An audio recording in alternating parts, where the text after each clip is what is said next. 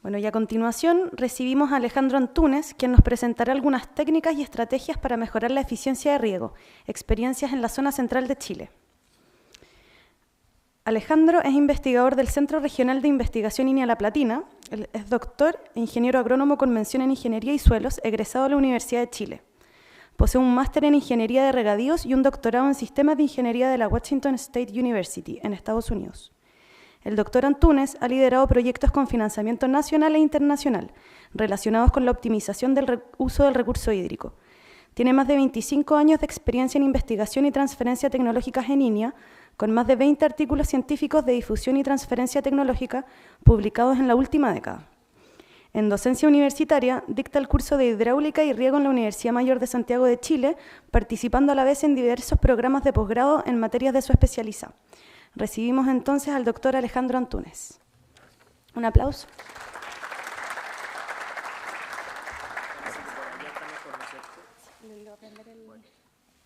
Gracias. Hola, buenos días. Bueno, la verdad que mi presentación yo creo que debería haber ido antes de la del colega. Un poquito, vamos a mostrar algunas cosas un poquito más introductorias.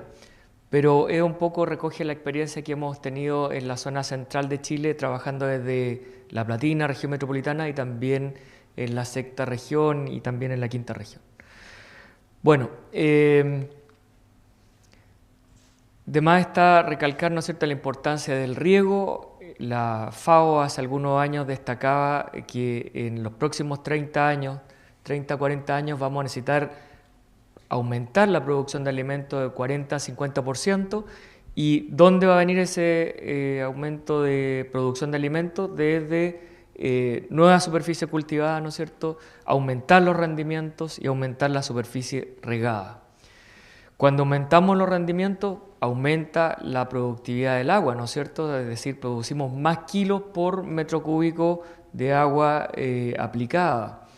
La superficie cultivada, aumentarla en Chile es cada vez más complejo.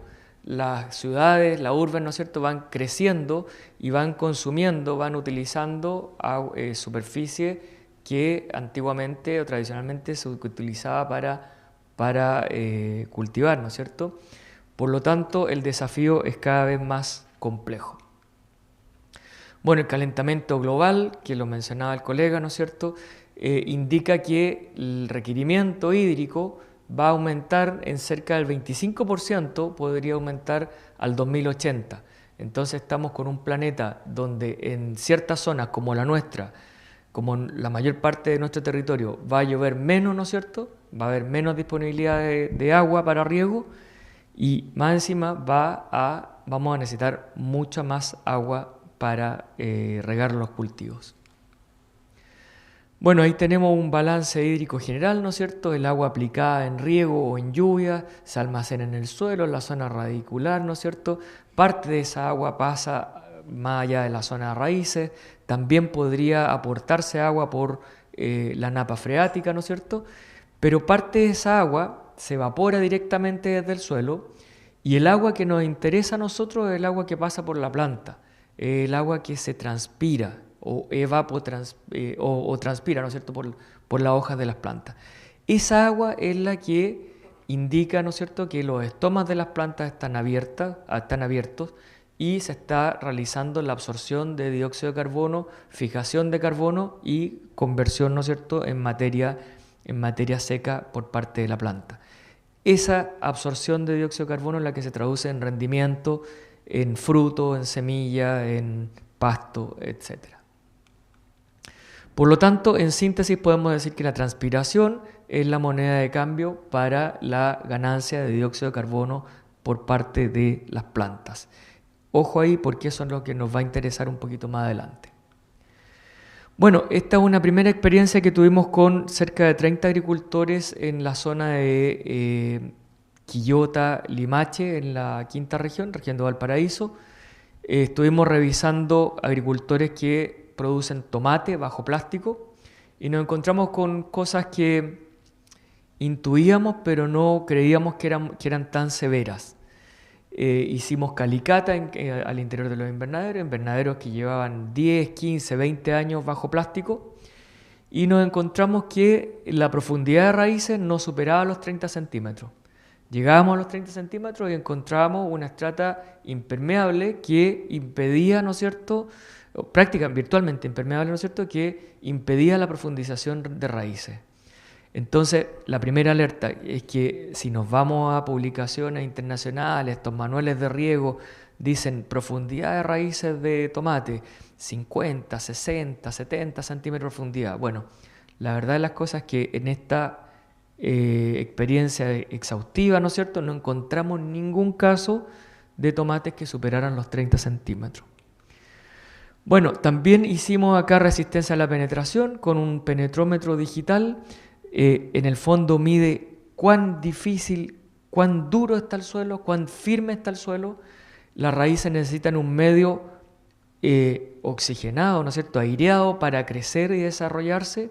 También necesitan un medio que esté relativamente blando, de manera que permita a los pelos radicales crecer y profundizar. Y la literatura dice que con presiones superiores a 1,5 megapascales es imposible la penetración de raíces específicamente de este cultivo tan herbáceo, ¿no es cierto?, tan turgente. Entonces encontramos que una gráfica muy parecida, ¿no es cierto?, que acá en los primeros 10, 20, 30 centímetros ya aumentaba, se aprecia esa guatita, ¿no es cierto?, donde salta la resistencia a la penetración. Entonces esa es la explicación para ese bajo crecimiento de raíces. Y lo siguiente que también vimos, ¿no es cierto?, o que sabemos, es que la conductividad eléctrica es fundamental en la solución suelo, desde el punto de vista químico, para el buen crecimiento de las raíces. La mayor parte de los cultivos tienen este comportamiento, es decir, producen al 100% cuando tienen una conductividad eléctrica, en otras palabras, la concentración de sales en el suelo, ¿no es cierto?, inferior a 2 decisiemens por metro. Cuando este valor se hace superior, empieza a disminuir el rendimiento hasta llegar a ser prácticamente cero. Bueno, acá destacamos el caso de una conductividad eléctrica cercana a 4, que puede llegar a rendir cerca del 85% del rendimiento en tomate. Entonces acá mostrarle algunos casos que están ahí resguardados por el anonimato, pero en el fondo que registran conductividad eléctrica 3,8, 2,3, 2,84, ¿no es cierto?, y que reflejan que tenemos un exceso de salinidad provocado por esa intensidad de cultivo y también porque estamos trabajando en 30 centímetros de profundidad, es decir, fertilizantes que aportan sales, el agua de riego aporta sales, los guanos también o abonos orgánicos también aportan sales cuando están maltratados o mal aplicados, ¿no es cierto? Entonces empiezan a generar una microatmósfera o un microambiente, ¿no es cierto?, un ambiente que está dominado por una alta resistencia a la penetración, un suelo muy duro, ¿no es cierto?, para el crecimiento de raíces y también con una excesiva conductividad eléctrica. Entonces generamos este diagrama que lo usamos mucho en transferencia, ¿no es cierto?, en que aplica o explica, mejor dicho, cómo se provoca ese daño. Tenemos una resistencia a la penetración alta, ¿no es cierto?, una baja absorción de agua, pero seguimos aplicando la misma cantidad de agua que siempre. Entonces empezamos a saturar la zona de raíces, estas raíces crecen poco y en forma superficial y el rendimiento acá se ve afectado, ¿no es cierto? En cambio, en una situación virtuosa sería la contraria, sería una resistencia a la penetración baja, alta absorción de agua. Acá generamos, ¿no es cierto?, una zona de raíces aireada, con buena disponibilidad de agua y con producción de frutos y alto rendimiento. Lamentablemente esta situación está totalmente extendida en productores bajo plástico y lo que les recomendamos acá es hacer labranzas profundas, ¿no es cierto?, subsolados que sean cada 2, 3 años, ¿no es cierto?, pero el problema es que es difícil encontrar un suelo seco que permita hacer una labor de subsolado eficaz. El subsolado tiene que hacerse con un suelo seco que permita quebrar el suelo y causar un impacto importante en la la profundización. Pero sin duda que esta herramienta que encontramos, ¿no es cierto?, puede ser muy importante para determinar si es necesario hacer labores de suelo o no. Y lo otro que quiero subrayar es que el riego no es per se, no es porque reguemos bien o reguemos mal, sino que el riego también está entrelazado con aplicaciones de fertilizantes, rendimiento potencial, calidad que estamos esperando del rendimiento del cultivo y otras prácticas de manejo, es decir, no llega como una nave espacial, ¿no es cierto?, independiente de otros factores, sino que está todo entrelazado. Bueno, algunos aspectos para mejorar la eficiencia de riego. Algo elemental, ¿no es cierto?, es pasar o tratar de transitar desde el riego superficial al riego presurizado o riego localizado. En la estadística que mostraba el colega del año 2007, decía que más o menos un 65% del suelo regado en Chile era en forma superficial. O sea, del 1.100.000, 150.000 hectáreas de riego, teníamos un 65% regado por métodos superficiales. Hoy las estadísticas no son fiables, las del último censo, aparentemente tendríamos problemas, pero la industria privada, la industria del riego, indica que se tecnifican alrededor de unas 10.000 hectáreas al año. Y haciendo unas proyecciones, unas reglas de 3, podríamos decir que hoy día tenemos una situación inversa, es decir, un 60% tecnificado y un 40% superficial. Persiste este riego gravitacional, o sea, donde hay agua y donde no hay una presión para el cambio tecnológico y donde hay un cultivo de baja rentabilidad, van a ver el riego gravitacional o superficial, riego por surco y riego por tendido. En cambio, cuando tenemos una agricultura más rentable, cuando tenemos una presión por hacer un buen uso de esa agua, existen entonces instrumentos también del Estado que han permitido que los agricultores se modernicen en este sentido. Bueno, estudiamos durante varios años el riego superficial, específicamente en la región de O'Higgins, específicamente en maíz. Nuestro grupo midió la eficiencia de riego desde el primer riego en maíz hasta el último, siguiendo los 5 o 6 riegos que tiene un maíz en un suelo arcilloso, hasta los 8 o 10 riegos que puede tener el maíz en un suelo franco-arenoso. Y medimos, ¿no es cierto?, cómo evolucionaba esta eficiencia de riego a lo largo del tiempo. Y bueno, concluimos en cómo mejorar la eficiencia de riego, cosas elementales, pero que no están puestas en Chile. Es decir, yo siempre digo que acá en Chile hoy día aprendemos a regar por goteo sin haber aprendido a regar por surco, sin haber aprendido a regar en forma superficial. Si vamos a Estados Unidos o Europa, vemos que hay zonas de California donde el riego superficial todavía se usa, pero se usa de manera óptima, con eficiencias que superan el 60%. En Chile, lamentablemente, nosotros medimos las eficiencias que hoy día alcanzan los productores y muchas veces nos superan el 30%. Sin embargo, la Comisión Nacional de Riego, por reglamentos para estandarizar las cosas, ha puesto esta cifra de 45% de eficiencia, que nosotros no hemos medido en terreno.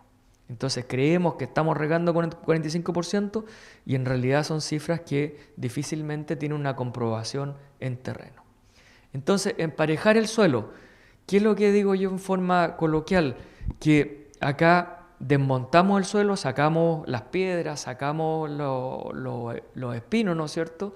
Y empezamos a regar, con poca labor de emparejamiento sistemático del suelo. Estacado 20x20, estudio topográfico, ¿no es cierto? Movimiento contrailla que permita eliminar los bajos y rellenar los bajos y eliminar los altos, ¿no es cierto? Bueno, esas figuras lamentablemente las vemos todavía.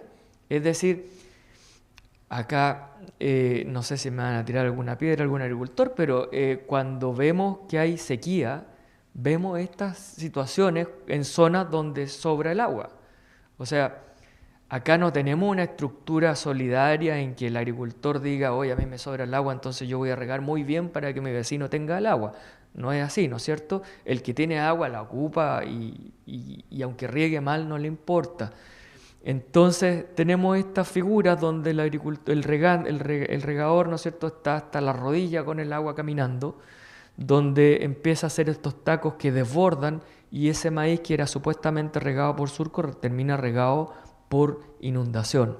Bueno, un simple cambio a una manga, ¿no es cierto?, que nosotros estuvimos predicando en el desierto desde el año 2006, ¿no es cierto?, creo que rindió frutos en cierta medida en la región de O'Higgins y estas mangas fueron ampliamente utilizadas en la época de sequía y hoy día ya una cosa elemental para trasladar agua. Pero acá la vemos reemplazando una sequía de cabecera donde el agricultor o el regador puede controlar el agua que está aplicando a cada surco de una manera muy eficiente. Otra cosa que nosotros probamos fue el riego por pulso, que no lo detallo en esta presentación, pero ustedes lo pueden buscar en YouTube. Ahí soy un youtuber, no. Tenemos unas visitas como de 150.000 visitas al video que hicimos hace años, donde varios países del Cono Sur han querido replicar esta experiencia. Esta es una técnica vieja. En Estados Unidos se probó en la década del 70, 80 del siglo pasado y nosotros la probamos acá, nunca se había probado y consiste en entregar el agua por pulsos, es decir, aplicar el agua en un surco seco, cortarla, recontinuarla en el surco que ya está humedecido, avanzar más allá hasta regar completamente el surco. Bueno, y esta la contrastamos con el riego tradicional. Acá estamos regando por pulso y acá estamos regando en forma convencional. Fíjense acá el maíz como está más bajo, está amarillento, ¿no es cierto?, porque el nitrógeno se ha lixiviado. Nuevamente, el riego no es por el agua solamente, sino que el agua también está conversando con otros factores. Si aplicamos nitrógeno en las cantidades que aplicamos nitrógeno en Chile para el maíz, entonces ciertamente que ese nitrógeno termina lixiviado y está contaminando la napa freática y finalmente los acuíferos que otros usuarios más abajo en la cuenca emplean para el agua potable rural, para el riego de frutales, ¿no es cierto? Tenemos en esta región donde trabajamos, la región de O'Higgins, que todos los cursos de agua están contaminados con nitratos, superficiales y profundos. Hay agricultores, fruticultores que no necesitarían aplicar nada de nitrógeno, porque el nitrógeno lo están aplicando todos estos productores, ¿no es cierto?, que están regando en forma ineficiente, además de planteles de cerdo y otros, pero ellos contribuyen en forma importante también. Bueno, acá tenemos el tratamiento de riego por pulso, ¿no es cierto?, que vemos que las plantas están creciendo en forma bastante mejor, ¿no es cierto? Y obtuvimos rendimiento del orden de un 10%, 15% mayor que el riego convencional. Acá tenemos la eficiencia de aplicación en 6 eventos de riego, desde el primero hasta el último. El primer evento de riego actúa sobre un suelo, sobre un surco recién abierto. Es decir, ese surco recién labrado, el agua tiende a infiltrar más que avanzar. Por lo tanto, es difícil conseguir una eficiencia de aplicación buena. Entonces acá tenemos una eficiencia de aplicación convencional del 21%, por acá muy parecida, pero a medida que empieza a avanzar el tiempo, a medida que empiezan a avanzar los riegos, ¿no es cierto?, empieza a ganar la eficiencia en el riego por pulsos, posicionándose hasta cerca de un 64-69%, y acá se mantiene en torno a 17-40%, cuando más y 15%, lo que hace que en total el riego convencional tenga un 23% de eficiencia y acá tenga un 51% de eficiencia. Si logramos separar estos 4 eventos de riego, vamos a tener eficiencias cercanas o superiores al 60% en un riego por pulso, ¿ya? Entonces son eficiencias que son normales en países desarrollados, pero en Chile no la hemos visto en la realidad. Entonces esto hace que cuando haya sequía, sea mucho más grave la sequía, porque todos están regando con esta eficiencia bajísima y se están peleando el agua, ¿no es cierto?, a balazo porque no están regando bien con esa tecnología primitiva, por así decirlo. Bueno, tenemos la alternativa de usar riego por goteo, ¿no es cierto?, con todas sus ventajas y desventajas, con algunas desventajas que a veces no las mencionamos, que tiene un alto costo inicial del sistema, es decir, que necesita subvención. Chile tiene un excelente programa de subvención a la tecnología, comandado por la Comisión Nacional de Riego, también por incentivos del INDAP, ¿no es cierto?, el programa de fomento al riego, que financia hasta el 90% de inversión en riego. Pero se nos olvida nombrar algunas desventajas. En zonas áridas puede provocar salinización del suelo. Su manejo requiere mano de obra entrenada. Es decir, un productor que hoy día estaba regando por surco, mañana no puede empezar a regar por goteo sin dificultades. Y acá algo añadido, tenemos una alta tasa de subvención a pequeños productores. Somos un programa estrella en Latinoamérica. Vienen países a visitarnos de Paraguay, de Bolivia, de Nicaragua, de Colombia, Ecuador, todos los países de América vienen a conocer este programa de subvención. Pero no les contamos también la alta tasa de abandono que tenemos.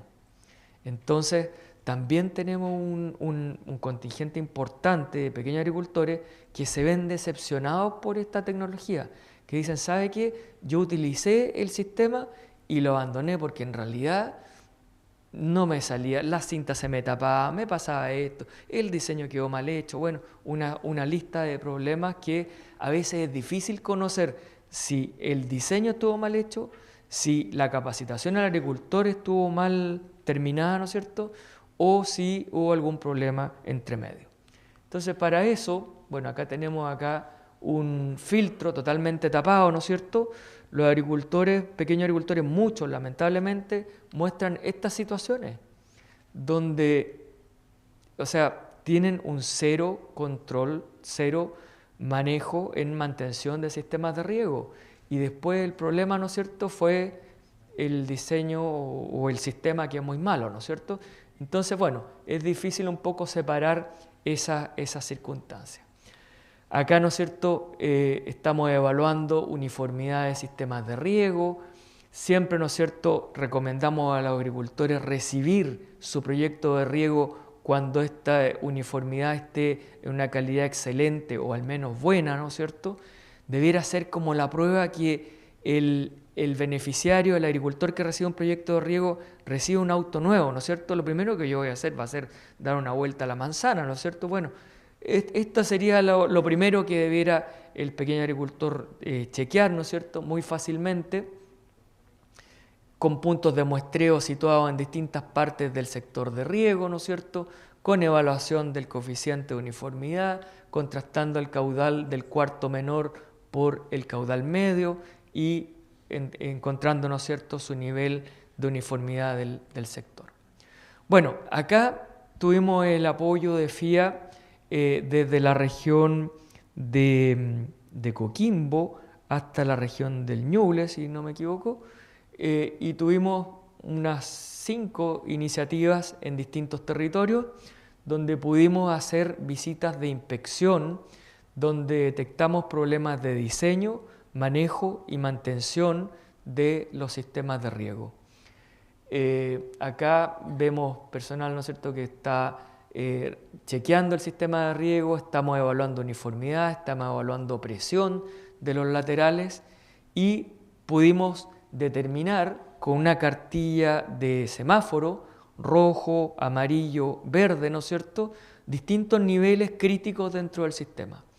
Entonces los agricultores recibieron un informe de 5 o 7 páginas donde mostraban todos los aspectos del sistema de riego, desde la succión, el chupador, la bomba, el inyector de fertilizante, filtro, las distintas componentes, evaluando su estado, ¿no es cierto?, si estaba crítico, si estaba intermedio, si estaba en nivel óptimo, de manera de que él mismo pudiera enfocar sus recursos económicos o las subvenciones que periódicamente llegan desde el INDAP para mejorar su sistema de riego. Ahí, por ejemplo, teníamos un señor que estaba con amarillo. Bueno, sistema de conducción en mal estado, mantención de pérdidas de agua por filtraciones. Este otro señor está funcionando perfectamente, ¿no es cierto? Tiene que cambiar un manómetro malo, pero bueno, él ya lo tiene registrado y le queda ahí anotado, ¿no es cierto? Entonces, eso lo hicimos en distintas partes del país y yo creo que fue una primera alerta, porque necesitamos contarles a las autoridades, y lo hemos hecho sistemáticamente a distintos niveles, que no basta con entregarle un sistema de riego al agricultor, sino que el agricultor también tiene que tener una capacitación, no solamente cuando le entregan el sistema, sino que también un acompañamiento en el primer año de adopción de ese sistema de riego. Yo recuerdo hace unos años atrás, en un seminario, en un congreso agronómico, un investigador de la Universidad de Talca mostraba casos de frambueseros que tenían riego tradicional versus adopción de tecnología de riego. Y resulta que el peor resultado lo obtenían los que habían adoptado la tecnología de riego. Qué lamentable, porque la verdad es los que trabajamos de dentro sabemos que eso no es así, sino que debiera ser totalmente lo opuesto, ¿no es cierto? Pero claro, la tecnología puesta en manos de un agricultor que no está capacitado redunda en un desastre, ¿ya? Entonces, la verdad de las cosas es que no nos cansamos de tratar de sensibilizar a las autoridades para que se sigan haciendo esfuerzos para mejorar ese aspecto. Bueno, otro aspecto que quería comentarles acá es mejorar la programación de riego. En eso hay distintos investigadores con distintas perspectivas y tecnologías también, ¿no es cierto? Distinto énfasis en rubro, ¿no es cierto? Bueno, acá tenemos el típico método para estimar la evapotranspiración del cultivo, y todas estas formulitas tan complicadas están puestas hoy día, ¿no es cierto?, en la web, están puestas en un sitio de agrometeorología donde indica cuánta agua están requiriendo los cultivos de referencia diariamente, ¿no es cierto? También lo que el agricultor deberá conocer, deberá ser su tiempo de riego en forma normal, ¿no es cierto? Cuál es la demanda bruta y cuál, a partir de datos meteorológicos, y cuál es su intensidad de precipitación.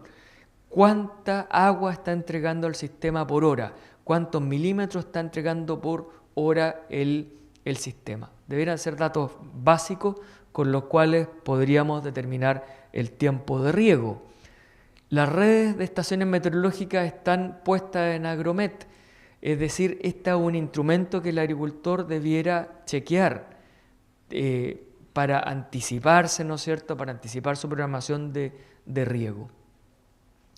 Uso de sensores para la programación de riego, hoy día cada vez más conocidos, ¿no es cierto?, permiten determinar cuál es el contenido de agua en el suelo para programar y ajustar la programación. Una cosa es la teoría y lo que me diga el coeficiente de cultivo de escritorio, y otra cosa es cómo se está comportando el agua, ¿no es cierto?, en el suelo para que haya una buena disponibilidad ahí para que la planta evapotranspire. Bueno, sensores de humedad, estos modelos varios están ya obsoletos, pero continúa esta evolución en la tecnología. Acá tenemos contenido de humedad, ¿no es cierto?, en riego normal en el azul y riego deficitario. Si queremos aplicar un riego deficitario tenemos que tener instrumentos para medirlo, porque si nos pasamos un poco podemos causar una catástrofe, ¿no es cierto?, en rendimiento, en calibre, en calidad, ¿no es cierto? Entonces son herramientas que nos permiten mejorar la programación de riego. A distintos niveles, hoy día hay sistemas que permiten desde el celular conocer el contenido de agua que está en el suelo, ¿no es cierto? Se comunican a través de antenas celulares, satélite, otros se comunican vía Bluetooth, ¿no es cierto?, por aproximación con el sensor. Es decir, la tecnología acá está muy desplegada, ¿no es cierto? Una cosa bastante elemental, control del riego en suelos con napa freática. Un grupo de agricultores cirueleros dedicados a ciruela seca, ¿no es cierto?, zona San Vicente Tahuatahua, tiene napa freática, es decir, de repente la napa sube a 50 centímetros de profundidad desde el suelo y después baja, ¿no es cierto?, a 80 centímetros. Bueno, el riego también tiene que estar sensible a esa profundidad de la napa freática. Algo tan sencillo como instalar un flotador, ¿no es cierto?, que permita determinar a qué profundidad está la napa freática. Monitoreo del estado hídrico con cámara de Cholander. Acá lo mostraba el colega, ¿no es cierto?, potencial hídrico del xilema, potencial del tallo. Ese es el que nos sirve para determinar si las plantas están bajo estrés o no están bajo estrés. Lo ideal y lo que quiere todo productor es que sus plantas no estén estresadas. En pocas condiciones nos interesa que las plantas tengan cierto estrés. En vides viníferas finas nos interesa darle cierto estrés, ¿no es cierto?, después de pinta, ¿no es cierto?, antes de pinta. Nos interesa mantener cierto estrés para obtener mejores vinos, ¿no es cierto? Pero en general nos interesa mantener un buen estado hídrico. Ahí hay ciertas recomendaciones y otras recomendaciones que se han hecho a nivel nacional que empiezan a hacer una sintonía mucho más fina en estos cultivos. Entonces, riego deficitario, acá tenemos algunas experiencias desastrosas. En hortalizas, el riego deficitario es prácticamente, ¿no es cierto?, no recomendable. Las hortalizas en general son turgentes, ¿no es cierto?, requieren un buen estado hídrico, pero estas experiencias las hacemos desde el punto de vista de investigación para un poquito ajustar mejor las recomendaciones de riego. Bueno, acá tuvimos una experiencia que no nos resultó y que hoy día está un poquito fuera de moda de las técnicas de riego, que era el partial roots on drying, el desecamiento parcial de raíces. Regábamos un lado de la hilera y el otro lado estaba seco. Y luego hacíamos un cambio. En la hilera que estaba secándose, ahí regábamos y al otro lado dejábamos de regar. ¿Cuál era la teoría? Que esta zona que se estaba regando, bueno, era la zona que contribuía para que la planta absorbiera agua y transpirara. En cambio, la zona que se estaba secando, las raíces estaban sintiendo, entre comillas, esa falta de agua, produciendo ácido abscísico que iba vía xilema y estoma y controlaba la apertura estomática. Entonces esto funcionaba fantástico. Bueno, nosotros nos dimos cuenta, y en general el mundo se dio cuenta, que esto no era tan sencillo ni de manejar en el campo, ni tan evidente en muchas especies, por lo que hoy día prácticamente no se recomienda esta práctica. Acá tenemos el 50%, fíjense el desastre que queda acá en tomate. Tomate, una especie muy sensible al déficit hídrico.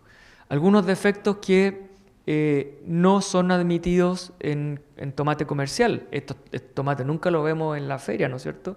Tomate con uña de gato, con una deformidad que se presenta solamente cuando hay déficit hídrico.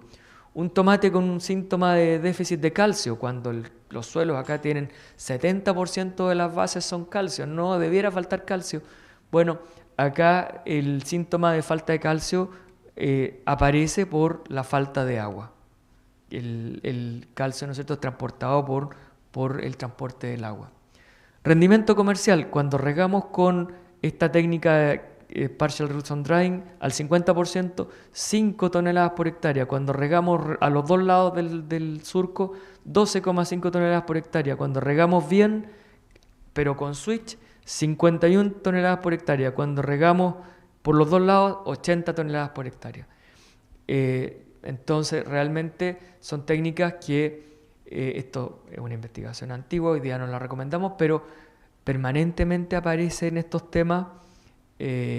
La colega que trabaja en el tema no vino, no. Tenemos algunas iniciativas que todavía persisten en esta técnica, pero la comunidad internacional en riego ha encontrado que esta técnica no funciona y no debiera recomendarse.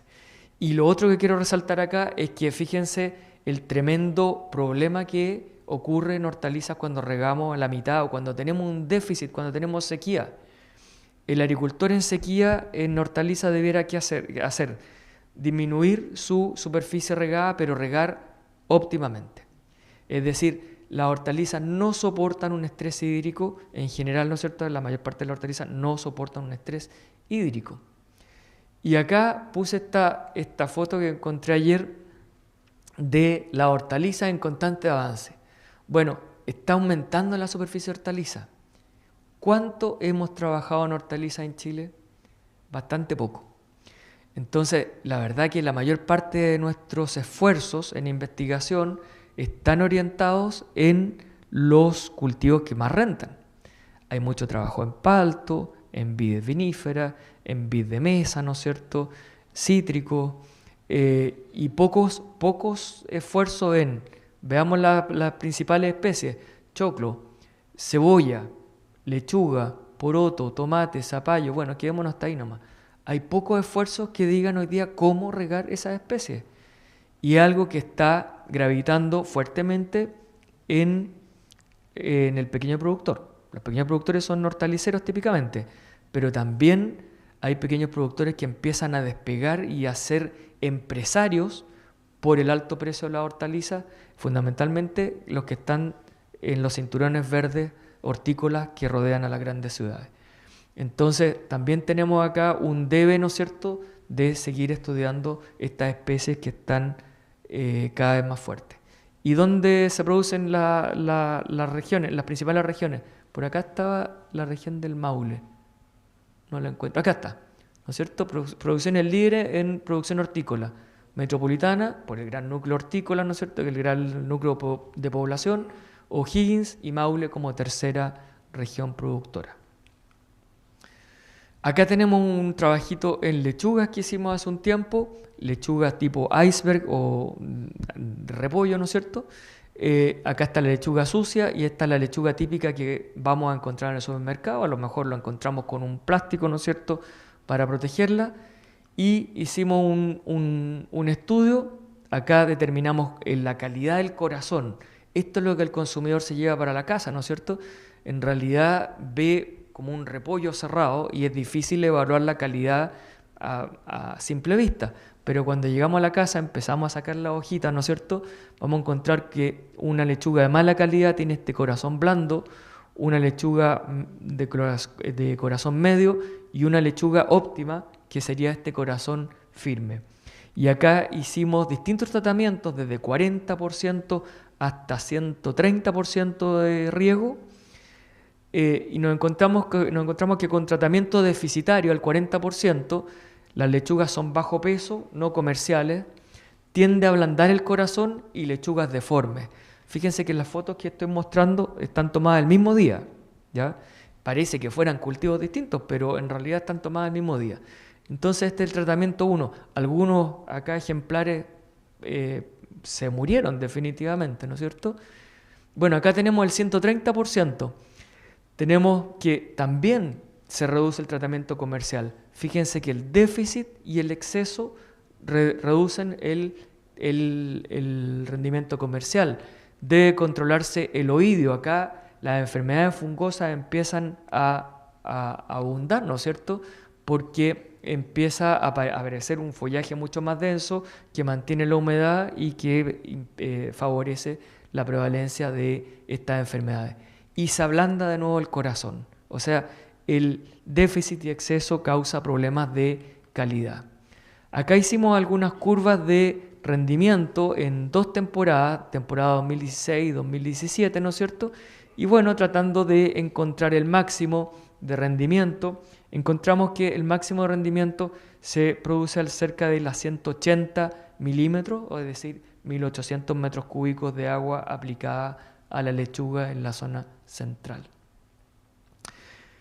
Y por último, otra iniciativa también que hemos evaluado con apoyo del FIA también en la quinta región fue la evaluación de cultivos protegidos. Acá tenemos cubiertas plásticas sobre paltos. Esto realmente era impresionante verlo porque los paltos tienen una altura de 4, ¿no es cierto?, 5 metros y estos techos estaban, ¿no es cierto?, a 6 metros sobre el cultivo. Entonces eran verdaderas carpas de circo que tenían que resistir el viento en ladera de cerro y lo que queríamos era revisar cuánto esta cubierta impactaba sobre la fisiología del palto, la conductancia estomática, la inducción de flores, ¿no es cierto?, el rendimiento del palto en las siguientes temporadas y también sobre el requerimiento de evapotranspiración. Bueno, adelantarles que antes de pasar a esto, desde el punto de vista de polinización, teníamos abejas que estaban totalmente perdidas porque no tenían la radiación directa y cuando estaban bloqueadas por este plástico no podían orientarse, es decir, tuvimos que introducir abejorros y no abejas que tenían un GPS mejor para flores, ¿no es cierto? Y las abejas acá estaban muy, muy confundidas.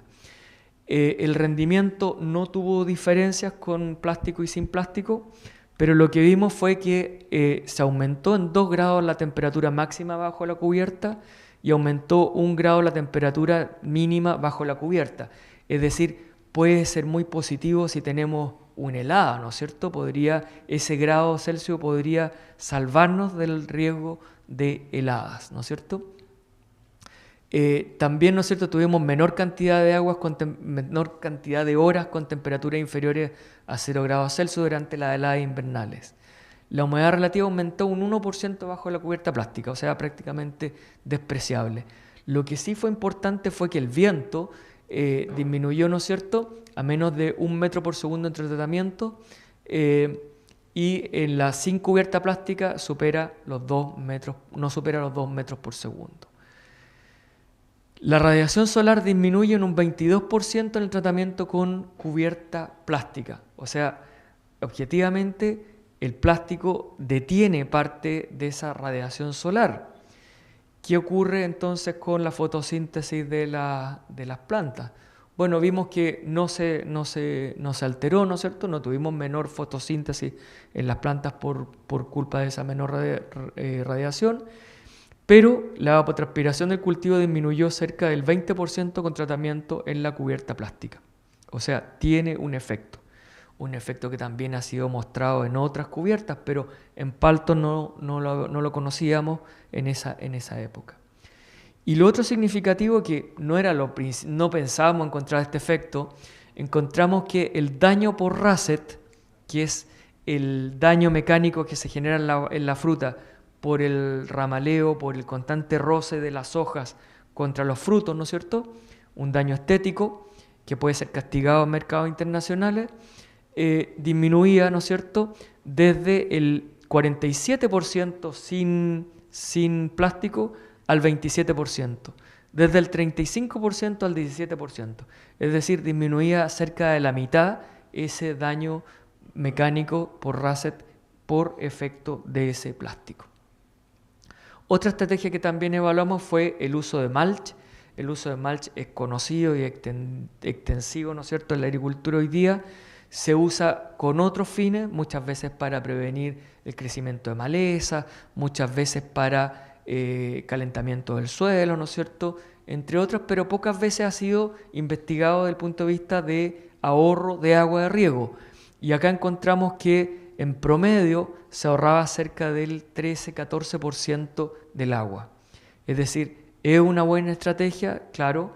Hay otros mulch que puedan ser más ecológicos, también, ¿no es cierto? Podríamos incorporar residuos de poda, que no fueron evaluados en esta experiencia, pero también podrían incidir en un ahorro de agua de riego.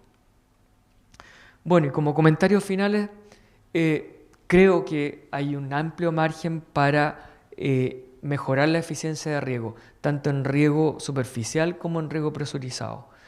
Hoy día creo que no se están haciendo bien las cosas en riego superficial, me quedó clarísimo con las experiencias que hemos tenido, y en riego presurizado, las experiencias que conocemos en pequeños agricultores siempre encuentran puntos débiles.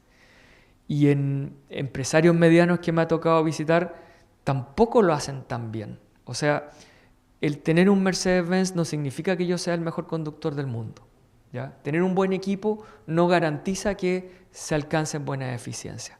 hay márgenes todavía para seguir mejorando. Existen amplias falencias de capacitación en diferentes niveles del sistema, desde diseño, manejo, mantención, operación de riego. Es decir, acá tenemos que hacer una tarea en las clases de técnico agrícola, a nivel de liceo, ¿no es cierto? En niveles profesionales, ¿no es cierto? Agrónomo, ingeniero civil agrícola, con el agricultor, entre otros. La investigación y transferencia tecnológica a nivel nacional, bueno, hay especies de variedades que requieren optimizar el manejo del riego enfocado en calidad y rendimiento. O sea, si ustedes me dicen cómo regar zapallo de una variedad váter enana, o sea, lo único que sé es que el zapallo es muy sensible en floración, pero cuánta agua requiere, cómo optimizar, ¿no es cierto?, la estrategia de riego para obtener mejor calidad, tendríamos que decir, bueno, estudiémoslo. Entonces, hay una amplia brecha de muchos cultivos que son de interés y están surgiendo cultivos que hemos descuidado porque generalmente los financiamientos están acompañados de cultivos de alto rendimiento o especies de alto rendimiento económico, digamos. Bueno, y por último, concluir que los techos, mulch o cubiertas, en general cubiertas sobre el suelo, cubiertas como techos, ¿no es cierto?, siempre reducen el requerimiento de riego de los cultivos, pero tenemos también que evaluar el impacto sobre el rendimiento y calidad. O sea, lo primero va a ser cerciorarse que la fotosíntesis y la inducción de floración y fruto esté inalterada, ¿no es cierto? Y cómo impacta a la calidad, bueno, pueden aparecer cosas que no esperábamos nosotros, ¿no es cierto?, que tuvieron un impacto positivo sobre el RASET y tuvieron un impacto negativo sobre la orientación de los polinizantes, o los agentes polinizadores más bien. Así que eso, muchas gracias.